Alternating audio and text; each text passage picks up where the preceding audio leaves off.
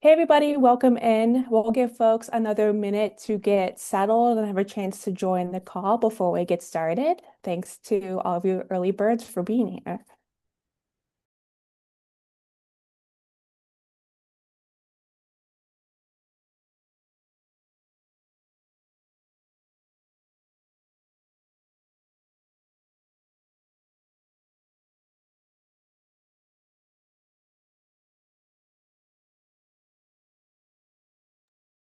All right, I'm going to go ahead and dive in with a quick logistics before we get started with our call.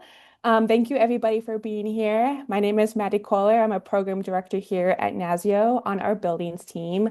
Thank you for attending our affordability and multifamily call series. A quick couple of logistics about this call. We are recording it, so keep that in mind for anything you might want to share with the group. And we do have time reserved at the end of the call for questions and answers. So feel free to use the chat or raise your hand whenever we get to that discussion portion so that you can participate as well. And if we can go to the next slide, just want to take a second to remind folks that this is actually the first in a six-part call series about multifamily buildings.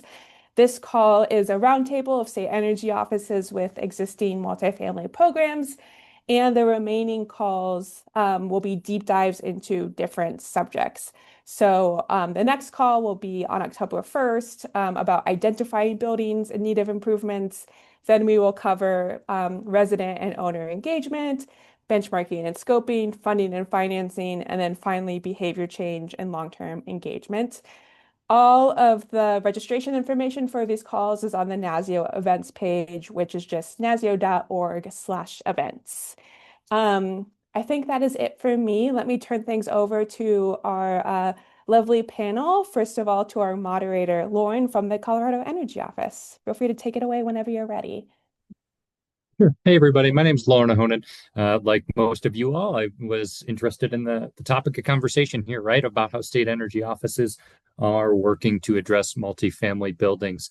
We got a kind of a great panel. We'll have two presentations today, and then some follow-up. And I just wanted to take a kind of a minute to sort of situate at least my interest here in the work and why I'm participating in what we're trying to do in Colorado. I'm the associate director for our building decarbonization program at the Colorado Energy Office. Again, that's our state energy office in Colorado. And one thing we're trying to do in Colorado is just really think about how our programs can address the existing building stock, right? We have more than 2.5 million buildings in Colorado. Like roughly 2.2 million of those are residential structures. And something like 25% of those residential structures are multifamily buildings. So it's a relatively large portion of our housing stock in Colorado. So something that we want to make sure that in all of our programs, we're doing our best to address the realities of mitigating energy use and emissions in those parts of the building typology. And so one thing we're trying to do is sort of align our work towards those buildings that historically have not been served well by energy programs. Rebate programs historically have been hard to use in multifamily buildings at the utility level and all manner of levels. And so we're consciously trying to design some of our programs to account for that.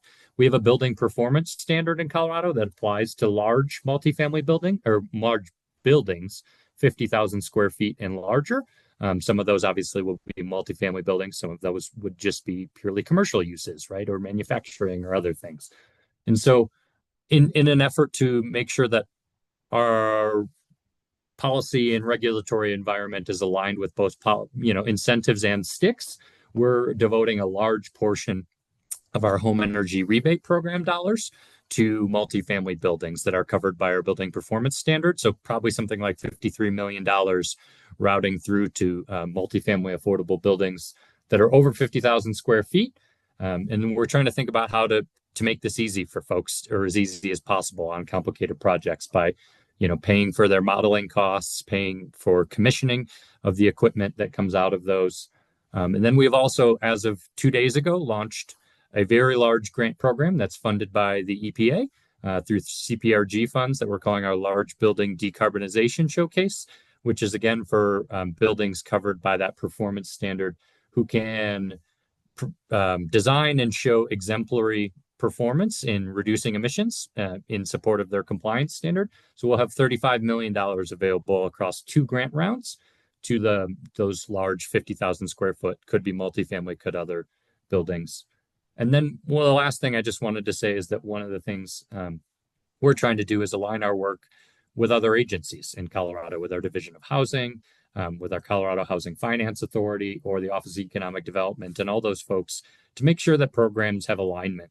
So it's easier on a developer to meet the same standards, or whomever else, or somebody retrofitting their existing building for compliance standards, that we're all sort of speaking the same language. There's a lot of work to be learned there. We're in the process of doing some of these things. Some of them we've done well. Some of them we still have to figure out how to do.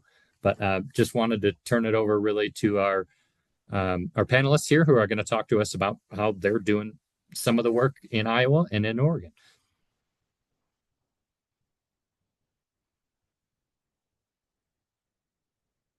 Yeah. Paul, I think you're on deck for the first presentation. And if you want to introduce you and your team, Paul and Yes. Keith. Let me share my screen, but hi everyone.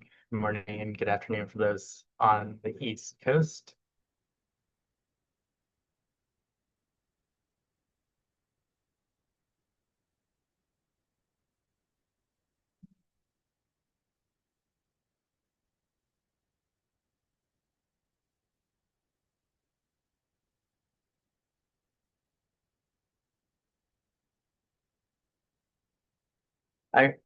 I'm here today with my colleague Caitlin Lynch. We both work as incentive analysts for the Oregon Department of Energy. We're here today to provide information on ODO's heat pump incentive programs, including our newest one, which is called the Heat Pump Purchase Program, or HP3. I'm going to give a high-level overview of the program, how it was designed, and where we are today.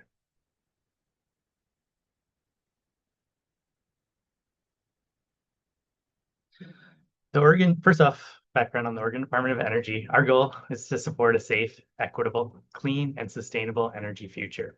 We complete a number of activities to achieve this goal, including administering incentive programs, which support ODO's mission by advancing equitable energy solutions that protect public health.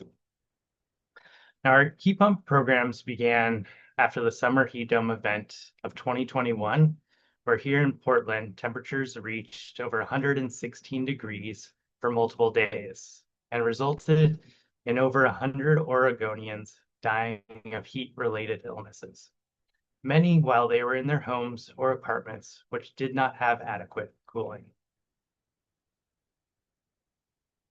In response, the Oregon legislature allocated $25 million to support heat pump installations in Oregon homes.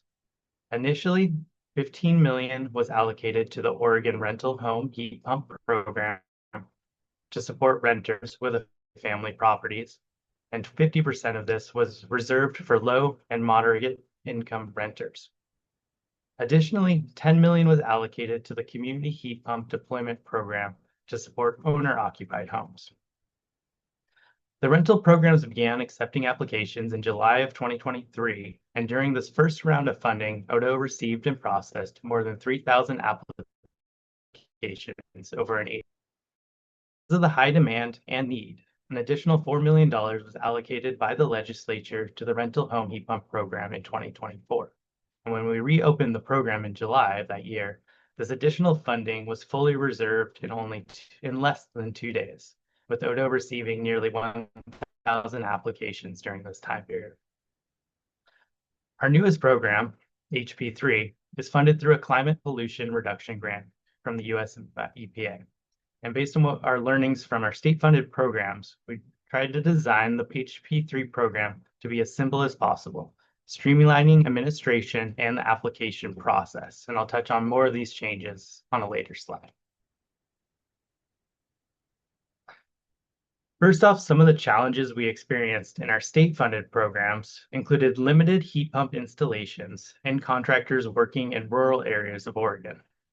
We found that there was the few contractors working in these areas generally charged significantly more for the heat pump installations due to the increased costs of doing business, including traveling longer distances and the time that was required for installations, as well as a lack of available utility incentives in these areas that could be stacked to reduce the cost.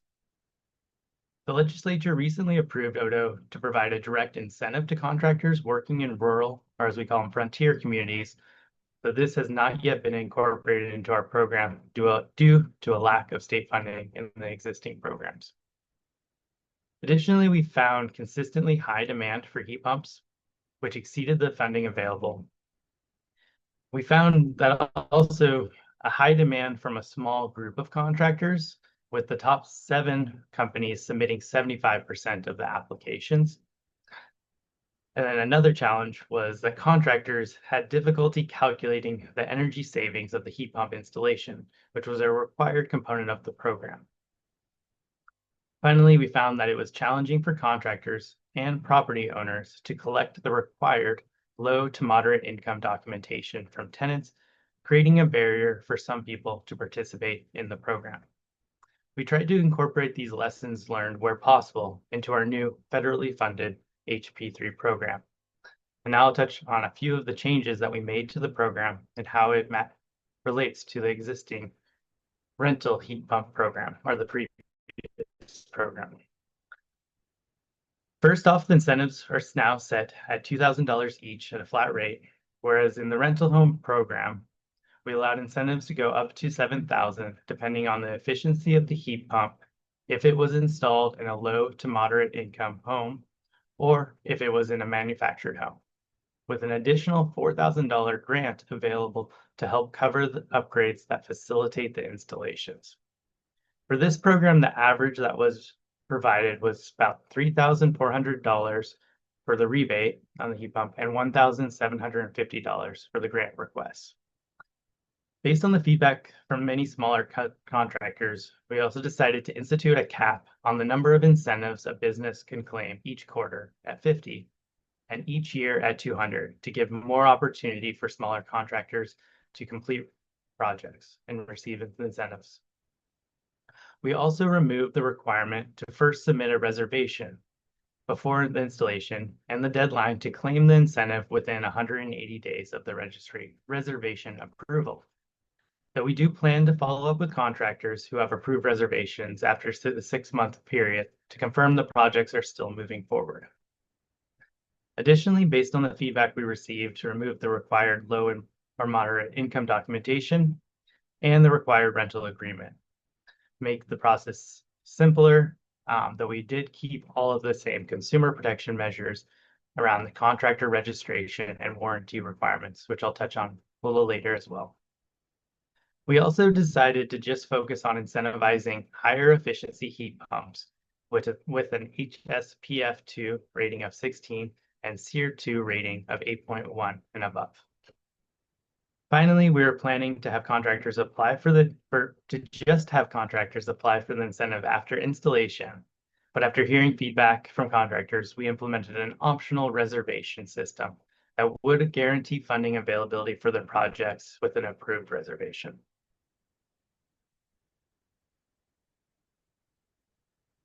Now onto how the incentives are broken down. For HP3, we have funding for a total of 12,000 incentives, each worth $2,000, as I mentioned earlier. We decided to release these in 2 batches, with 6,000 in 2 batches equally split, with 6,000 of them dedicated to rental units, 4,000 for new residential construction, which can include rental units, and 2,000 for owner-occupied homes. You can see on the screen the number of approved and pending incentives as of September 2nd, with the first round of owner-occupied incentives fully reserved or approved by that. For this program, we only allow 1 incentive to be claimed per dwelling, with the contractor applying for the incentive after the installation. And lastly, the incentives can be stacked with other non-federal incentives to reduce the cost further, as long as the total incentive amount does not exceed the cost of the heat pump installation.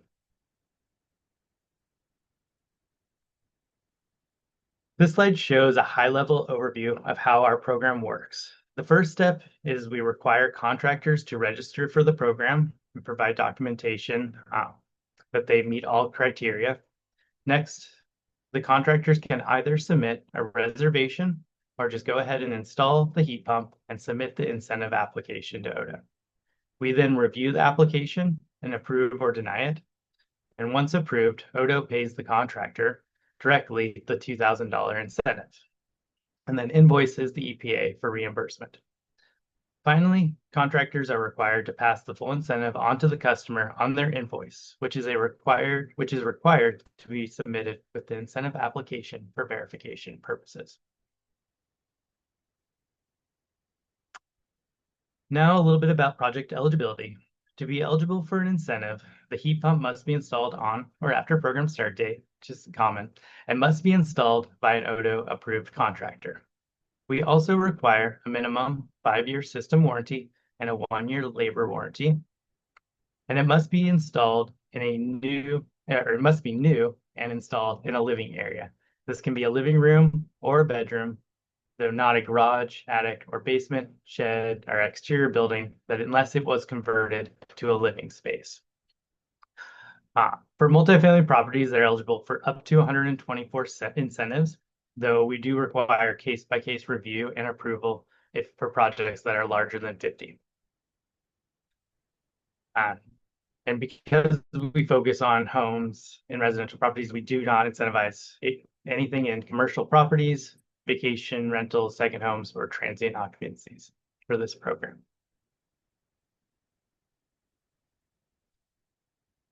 In order to register, a contractor needs an active CCB license from the Construction Contractors Board, current workers' compensation coverage, have no OSHA violations in the last 2 years, or if there were violations, they must prove that they have been abated, and submit a W-9 for payment purposes. We also require contractors to complete a recorded training that walks them through how to submit a reservation and incentive and all of the requirements of the program.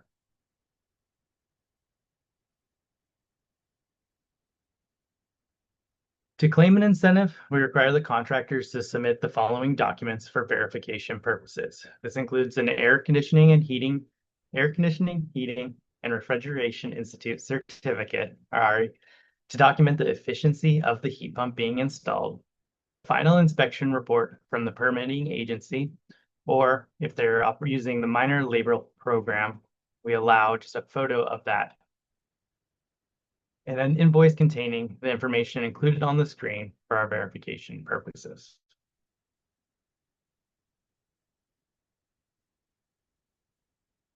I'm happy to answer any questions at this time, or I believe we have time dedicated at the end of the webinar for questions, and you can also contact us at hp3@energy.oregon.gov with additional questions or see more information on our webpage.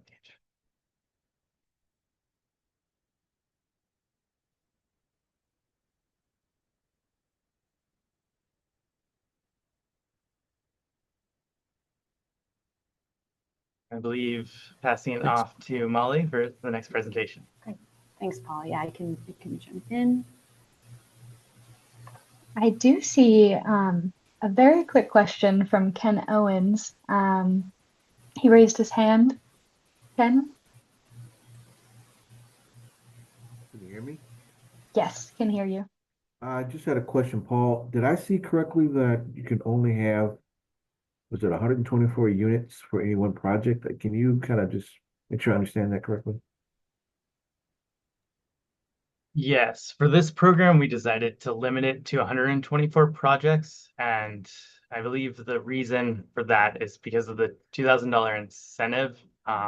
Anything larger than that would trigger additional Davis-Bacon requirements, I believe, because it would be above the small project waiver threshold. I think it's Buy America, Build America. That makes sense. But small project waiver is correct. Thank you, Caitlin. Great. Hopefully I'm now sharing my screen. I don't You're see good, any Mom. other, great, thank you. See any other hands raised, so I'll go ahead and get started unless I hear any objections. Okay. So hi, everyone. Thanks for joining, and thanks, NASEO, for the invitation. I'm Molly Kick. I'm an Energy Program Manager at the Iowa Energy Office. And I'm excited to talk about the work that we've been doing on our Energy Saving Loan pilot program, part of Iowa's approach to improving affordability in multifamily housing through energy efficiency. I just joined the team, just moved to Iowa in January of this year, and I was previously working on building programs in the New York State Energy Office, which has a very different multifamily housing landscape. So I'm hoping you'll indulge me as I give a little background first on our office and our state before talking more about giving that context before talking about the program itself, which launched at the end of this summer. Then I'll talk about how it's going and where we hope it will go next. Iowa's Energy Office is housed within the Iowa Economic Development Authority and works really closely with what I would call our sister agency, the Iowa Finance Authority. We have working in the same building, have the same director, same website, and maybe more importantly, we also share a mission. Our goal is to support individuals, communities, and businesses in Iowa, making our state a place that they can thrive. Crucially for multifamily affordability as well is the Iowa Finance Authority, or I'll call them IFA, forgive me, IFA's role in affordable housing. They're the administrator in our state for the low-income housing tax credit, home, and Section 8 programs, and that makes them a key partner in our energy affordability efforts. In Iowa, our energy plan puts a great emphasis on keeping down energy costs for Iowans and for Iowa businesses, for creating and maintaining a stable energy system where our communities can flourish and where there's a strong base for economic development and investment. So we create and manage our programs through that lens, and I think efficiency programs are broadly applicable and help us meet those specific goals. And that's a big reason why the Department of Energy's Energy Efficiency Revolving Loan Fund, as part of the bipartisan infrastructure law, was a really good fit for us. Through that program, we received over $7 million, and there are specific rules and regulations that dictate how that funding can be used, but our goal is to use that funding to offer low-interest loans for audits, upgrades, and retrofits that improve the energy efficiency, comfort, and air quality in Iowa's existing buildings. While multifamily buildings in Iowa are less common, you can see it represents a relatively small percentage of our housing units. I don't know if you can see that very clearly, but it's about 75% single-family homes in terms of units. However, renters face a significantly higher housing cost burdens. 20% of renters have are spending 50% or more of their income on housing, and it's about a third if you add some of these numbers together. About a third of renters are spending more than a third of their income on housing. And because of the limited number of multifamily units, we really need to preserve the affordable housing that we do have. We know from conversations with IFA, as well as their program participants, that many buildings are aging and in need of upgrades. And even with the relatively low electricity costs in our state, energy burden remains a serious issue for low-income households. So in July 2025, we launched the Energy Saving Loan Program in a pilot phase. We've allocated $1 million to that pilot phase specifically for multifamily buildings with 20 or more units that are participating in the Finance Authority's affordable housing programs. The loans support audits, retrofits, and upgrades, and we're running it with help from IFA and also from a third-party administrator. IFA is helping with the building owner engagement and underwriting, and just wanted to highlight that we are also working with an outside firm who's helping with more contractor outreach and helping provide program and compliance training for auditors and contractors, hoping to ensure that they're able to be in compliance, but also just easing some of the burden on the requirements like Davis-Bacon prevailing wage requirements for participating contractors, because we've heard some concerns about that. And I think we've already seen, right, the different federal requirements can cause some confusion for everybody. So for the program, we're offering a 0% interest rate loans for most borrowers. And we heard from property managers that that was really crucial. Right now, market rates are relatively low, and the program requires projects to utilize contractors that use those prevailing wage requirements with Davis-Bacon. It's a public building. Build America, Buy America also applies. And some of the costs that might come along with that compliance mean that To be competitive, our program needed to offer a 0% interest rate for these borrowers specifically. And that should hopefully help make the program interesting enough to accelerate energy efficiency improvements. We're structuring the loan so they can cover up to 90% of project costs. It's not a hard and fast rule, but we're aiming for loans that are at least about $50,000. But we're open to spending the $1 million would be the upper limit. The loans are repayable over the life of the upgrades, and we're limiting the time period to 7 years as the maximum. And generally, they'll be structured as subordinate mortgages to help provide some collateral. As I mentioned, Iowa Finance Authority is performing the underwriting. And again, since their team shares our mission, they have experience with this specific building type. And in this case, for these actual buildings, it's a really good fit for the program. As a companion to our loan program, most of what I'm talking about is that loan program, but we're also planning to soon launch a multifamily energy audit grant program. Because the federal funding, the revolving loan fund provides, our award includes some funding that can be used as grants, which would be a great way to fund the required upfront audit before buildings can receive a loan. However, the revolving loan fund rules don't really allow that funding to be used on multifamily buildings unless they're owned by a low-income individual. And since that's a relatively small percentage, if any of our buildings would be owned that way, that's not really an option to fund audits. So we're working with utilities who offer no-cost audits, and we're doing our best to coordinate there, but that's not available or not an option for every building. So instead, we're using some of our SEP funds to offer grants to help cover audit costs. It'll be structured so that half of that grant is paid when the audit is complete, and the other half is paid after improvements are actually installed. Eligible participants and audit requirements are going to match the energy saving loan program exactly.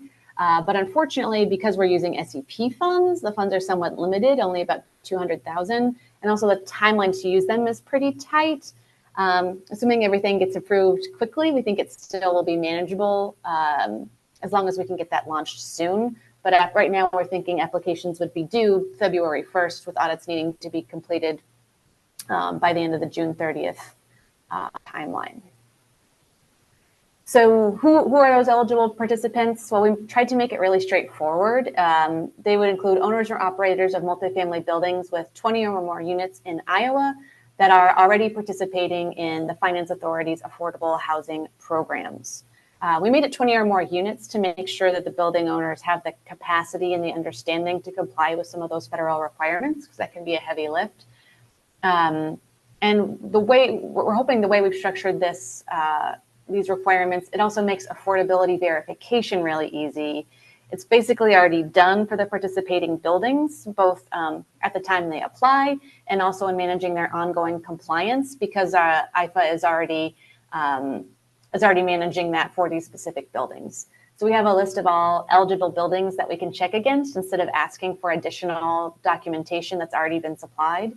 That I like it because that lowers our administrative burden on our side, but also it should make it easier for the stakeholders to apply and reduce the amount of time and effort they have to put into investing in these energy efficiency improvements. So we know from working with IFA that there are around 450 eligible buildings, 25,000 eligible housing units. And it's also helpful to know specifically who they are, because it helps us give more targeted communications and better understand their needs. The Finance Authority has helped us reach out to building owners directly, but that information gives us a better idea of how we might target them. So apologies for my not great map here, but I think it shows that just as an example of how we can better collaborate, better target these buildings specifically. Looking at the map, we know how to better collaborate with utilities as one example. We can get a good idea that 65% of the units are with the largest utility. A quarter of them are with the second largest utility, and then only 10% are split among municipal utilities. There aren't any in rural electric cooperative territory, even though about 15% of our state's customers are in rural electric cooperatives. None of the affordable multifamily housing buildings are at this time. So based on this data, it kind of validates that coordinating with the two largest utilities first is a strong place to start. And instead of looking at the full universe of, collaborating with utilities in our state, we can focus on those two largest and then also the 25 municipal utilities that actually have the relevant buildings in place. A little bit about the measures that can be included. It's a variety of common efficiency upgrades, and this is really just what's allowed in the revolving loan fund program. Insulation, air sealing, lighting, HVAC improvements, and some others. Projects also have to be, or each measure actually must be recommended by a qualifying audit. So I'll talk more about the audit requirements in a minute, but the projects overall also just have to be life cycle cost effective, need to reduce energy use intensity or improve control during peak times, and then they need to improve energy use, comfort, or air quality for tenants. We expect to see a lot of insulation and air sealing, but also we think there might be an opportunity to convert some of our larger multifamily buildings from electric resistance heating to cold climate heat pumps. Anecdotally, we've already identified 6 owners that have about 40 buildings on electric resistance heat. And then just a shout out from Maddie to pointing me to this NREL analysis tool that also confirms that a lot of Iowa's larger multifamily buildings are on more inefficient electric resistance heat currently. So I'm optimistic that we can find some larger savings there, as well as hopefully increasing comfort for some residents as well. So like I say, hopefully the pilot will give us some of those answers. So on to kind of current state. Where are we now? We don't currently have any official applicants yet, but we do have one very interested building owner, and we're currently coordinating with the utilities that I mentioned to provide initial audits for 6 of their assisted living facilities, all coming from that same owner. There's just a little sort of training and collaborating that has to be done first. We're aligning on the program audit requirements with what the utilities generally offer for that free income qualified audit. But we think we're going to be able to meet those requirements without the utility passing along any extra costs, which is really exciting. Some of the specific items that we're working through for the RLF program, DOE's audit template tool is the only approved software for an audit. So we're just familiarizing the utilities and their contractors with that program. We're confirming some of the comparison output that they're able to provide. DOE had made a recommendation of using Energy Star Portfolio Manager for multifamily buildings, but we found that the utilities were able to provide information more directly comparing buildings to comparable buildings in their area. We were able to confirm that DOE will allow that instead of having to do the additional lift of Energy Star Portfolio Manager, which is great. We also have one of those early buildings I mentioned is a property with a few different townhomes. And so we're hoping to be able to work with them and build them into the program. But some of the federal requirements are not exactly clear. They're either providing recommendations for 2 to 3 unit homes or for buildings of 4 or more stories. And so these sort of fit in a gap there. And so I think we just confirmed today actually an approach for how we'll handle those audit requirements. And then finally, one of those buildings as well has split utilities between one's providing gas and one's providing electric. So we're just making sure we can give a complete audit that tells the full picture of measures that might be available. So there have been a few challenges in trying to coordinate to get those free audits provided by utilities.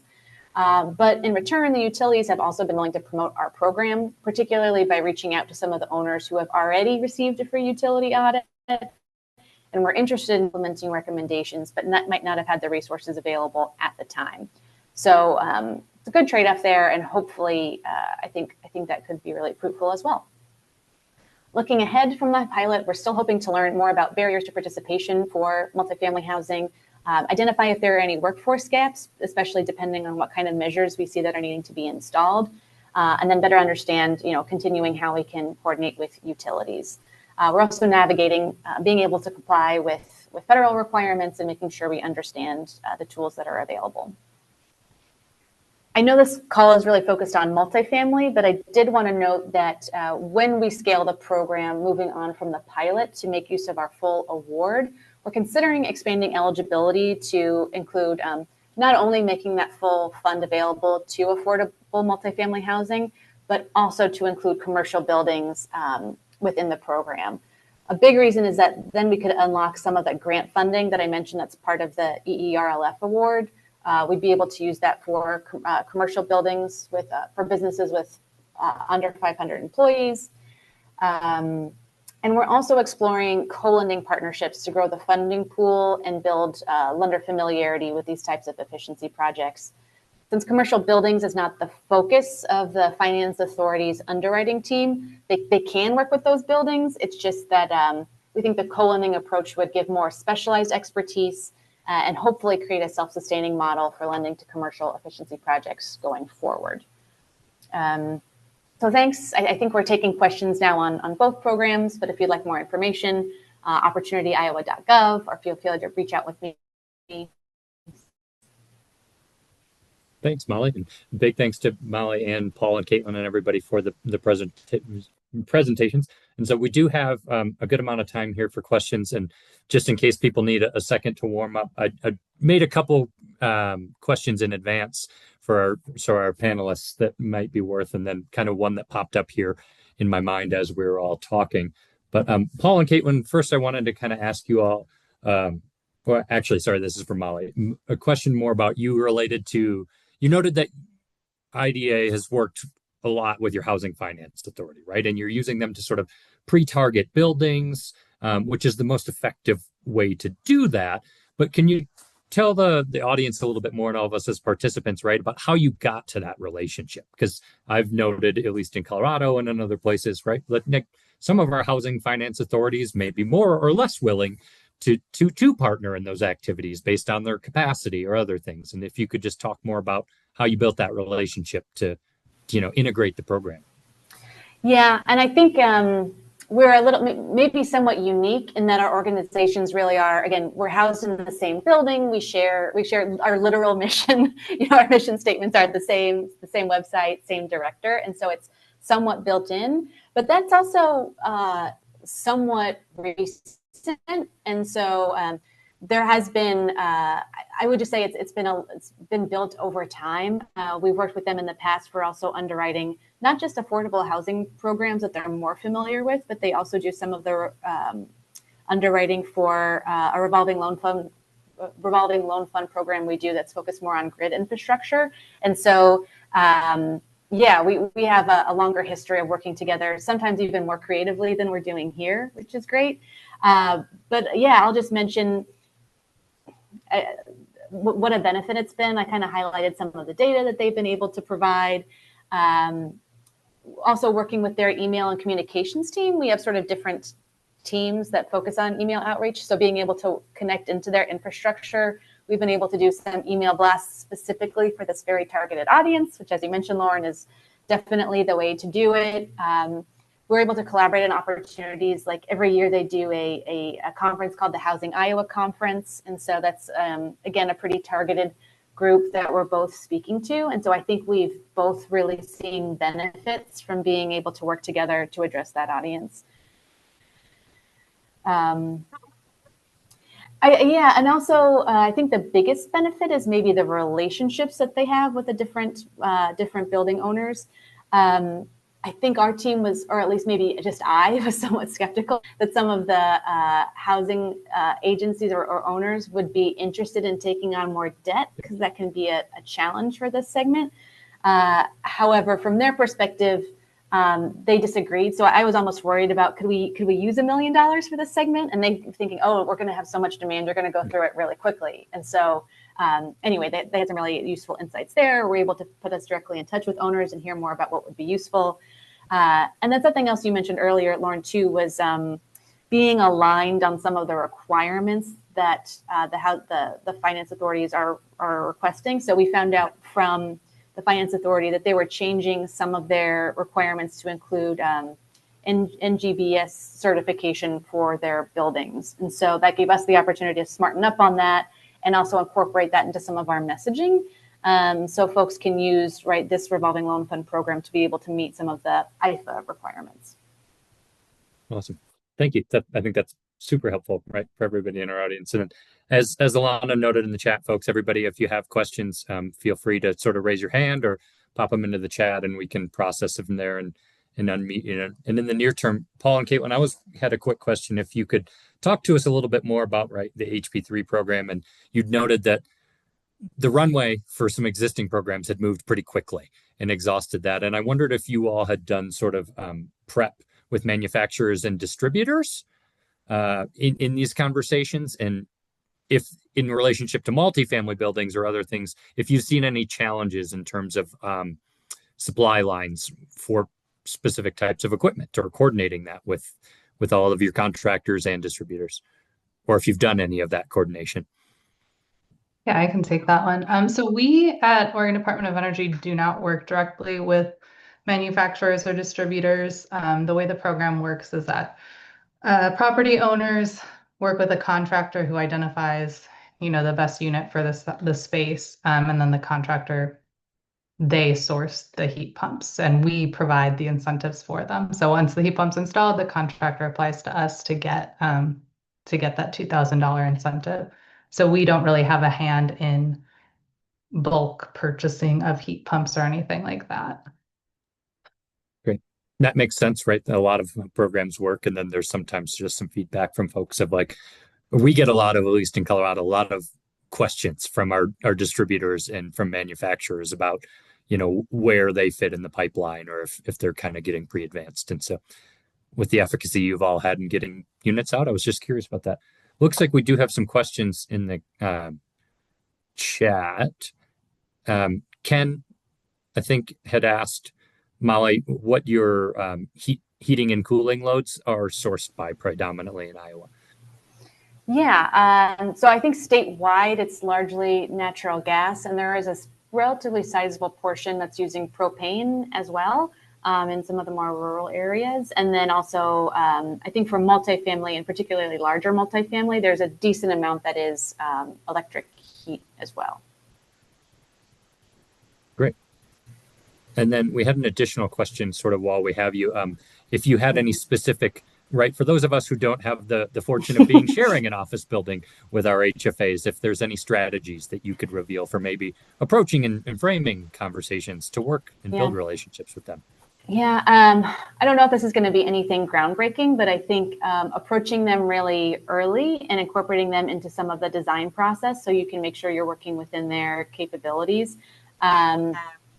They were one of the first conversations that I had, because we have a bit of an existing working relationship with them, but because they were so early in the process, as I said, they were able to give us really useful information on designing the program and able to connect us to other folks who had different perspectives as well. So I think involving them earlier in the process will kind of increase your chances of success. And then the other is being really specific with the different roles and responsibilities.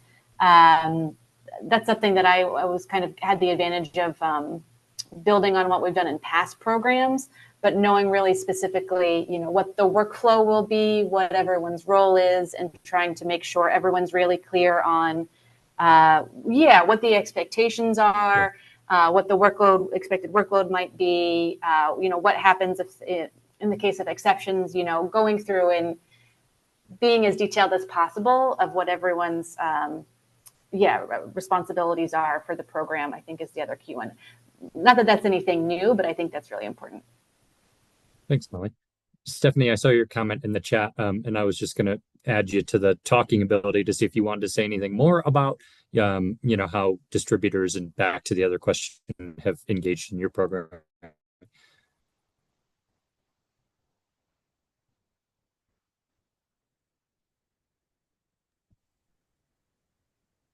If she's not, I just figured out how to unmute. I had to wait for the prompt to pop up.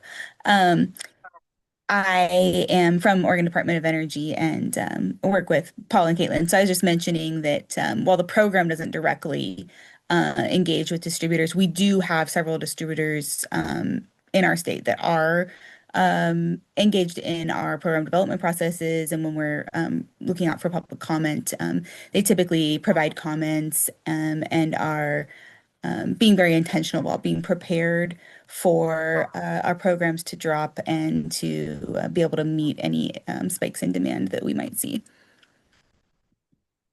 Great, thank you. That's helpful, right? I guess that's sort of what I was thinking about, like what's occurring in the background, with those entities, and if there is any sort of work. In the absence of another question, in terms of anyone has anything from the audience, please feel free to raise your hand or put it in the chat. I did have a question that came across both of the panels. So Molly, Paul, Caitlin, whomever, all of you. One thing, right, is that with these various federal funding sources for projects, and especially at the scale of a multifamily project, it's pretty easy to trigger different series of reporting requirements, which have come up today, especially with CPRG funds, whether or not that's Buy America, Build America. Molly, you talked about Davis-Bacon as well. And so short of designing the program to avoid said, reporting circumstances, what other ways are you all working with contractors to provide support for, maybe Davis-Bacon DBA requirements or other provisions that they may be unaccustomed to, right? Like there are certain sets of contractors, developers, implementers, et cetera, who are very savvy about these things. There are some who are less so. And I just didn't know if any of you had thoughts about how you're working through those challenges. I can go first. So this is something that's been very top of mind for our program, and or at least for me. And so that ended up becoming a big focus of. We had some funding sort of earmarked for a third-party administrator to help lift some of the, handle the administrative burden of the program. We have a relatively small team here, and we ended up sort of refocusing. In targeting that third-party administrator to really focus on supporting contractors with compliance, and specifically for Davis-Bacon. I think part of the reason is at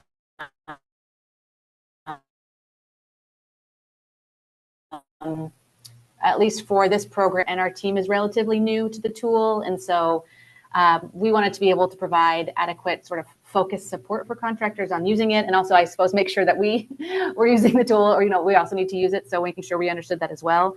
So we've been working with them on developing training on our own program requirements, as well as on usage of LCP Tracker in complying with Davis-Bacon requirements, and hopefully through that support, being able to proactively communicate with contractors to make sure they know what the requirements are. I also just made sort of a cheat sheet for building owners so that they understand, so I feel more confident that they understand all of the requirements, and they have sort of a document that they can pass on to the auditors or contractors that they're working with to make sure everyone's on the same page. But I think largely we did decide to use that third-party administrator as a resource to contractors to be able to manage those compliance requirements, because they do seem, obviously very important, but also somewhat heavy. Yeah, and for our program, we did design it to kind of avoid some of those compliance issues, though.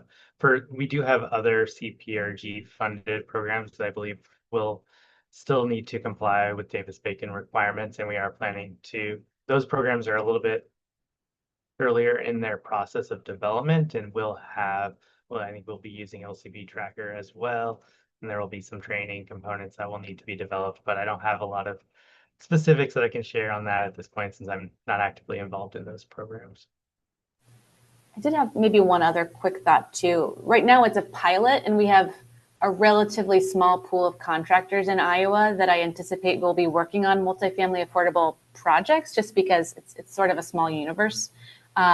However, when we expand the program, to include commercial buildings and lots of other building types, that will also expand the contractor network needing to understand all the requirements.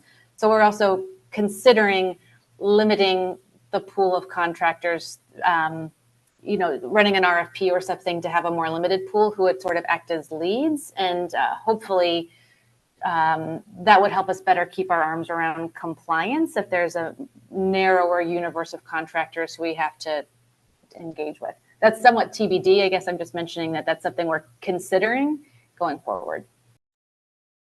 Thanks, Molly. That's helpful context. Any questions for our panelists from the audience, specific to their programs, general themes that you all may have identified?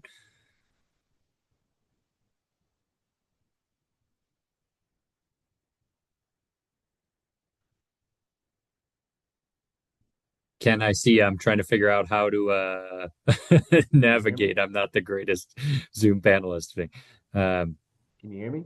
Yep.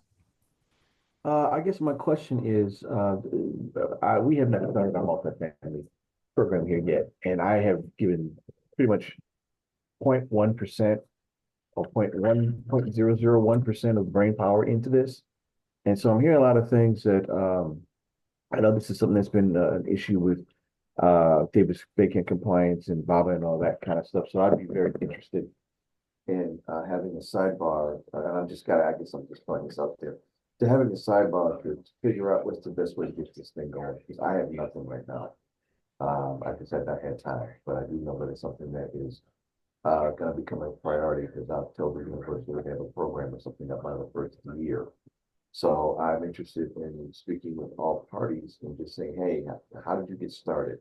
I guess, and just as a general question, what kind of is the first thing that you kind of attacked with this? I mean, multifamily, I've been in multifamily space for 12 years, dealing with multifamily of various numbers, mostly above 150 units. And I currently have a developer that I've been working with that's interested in participating, and kind of unclear exactly where to lead them. So I'm just kind of curious from everybody's perspective here, kind of what's the best starting point for this to getting up your program, or what were your starting points in regards to the type of units that you're attacking? And again, you have to forgive me because I came in kind of late, so I may have missed some of these details. But I'm just kind of trying to figure out how to get this thing started. Let me just kind of leave it at that.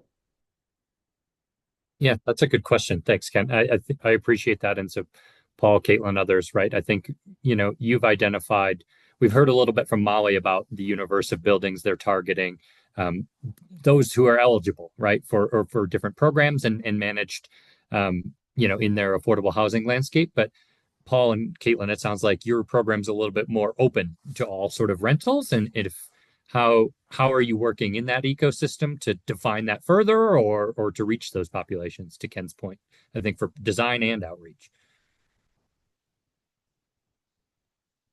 Yeah, so this the heat pump purchase program particularly is pretty open. It's, spread between rental units, owner occupied, and new construction, which does include new rental units as well. And just with the way the folks who wrote the grant application at Oregon Department of Energy were a different team. So Paul and I ourselves don't have a whole lot of insight into thinking behind it. But so this program, it is very open. But the state funded heat pump, the rental home heat pump program, that was more targeted. There were different incentive levels, higher incentive levels for low income household, lower moderate income households, higher incentive levels for manufactured housing in a rented space. So different programs have different targets depending on how it was created. Like the state programs were created through the legislature, there were specific goals. The federal program is more open-ended. So yeah, it really is kind of just, as long as the heat pumps meet the requirements and the building fits into one of the three categories, it kind of qualifies. Thanks. That helps, Caitlin, right? And to a quick reflection, Ken, how we approached this in Colorado was we sort of we did an analysis of our built environment and what does it look like, and then tried to sort of think about what are the and how we've sort of apportioned programs in terms of size of units and things is largely based on other things, like Caitlin has noted, right? Like our building performance standard only applies to buildings over 50,000 square feet. So that's probably, a minimum of 65 units, right? Including some common area. And so that's, we had some built-in factors to help us to define the parameters of what is multifamily and how we're serving it, but then also tried to look through based on available census data or other NREL data and stock data to sort of say, like, this is the proportion of buildings. They've historically not been addressed well. How do we double down and get more avenue there? So I think a lot of it's fairly data intensive on the front end, and there are some resources maybe we could talk about in future calls to help people sort of work through and identify those buildings. Any other questions from the team? That's helpful. Thank you.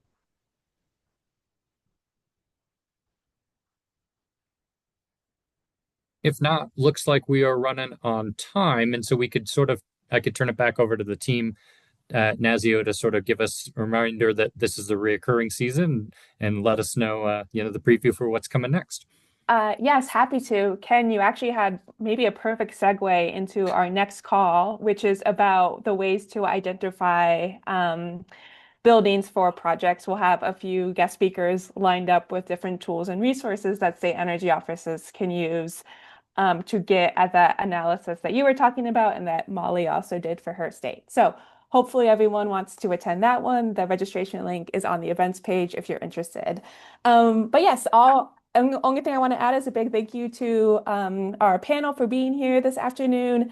Appreciate everyone making the time to share with our audience today. If you have any questions, please feel free to reach out. Anything that you want to make sure gets added to a future call series, we're happy to make adjustments based on your interests. So just let us know. But with that, we will wrap things up. Thank you, everybody, and have a great rest of your day.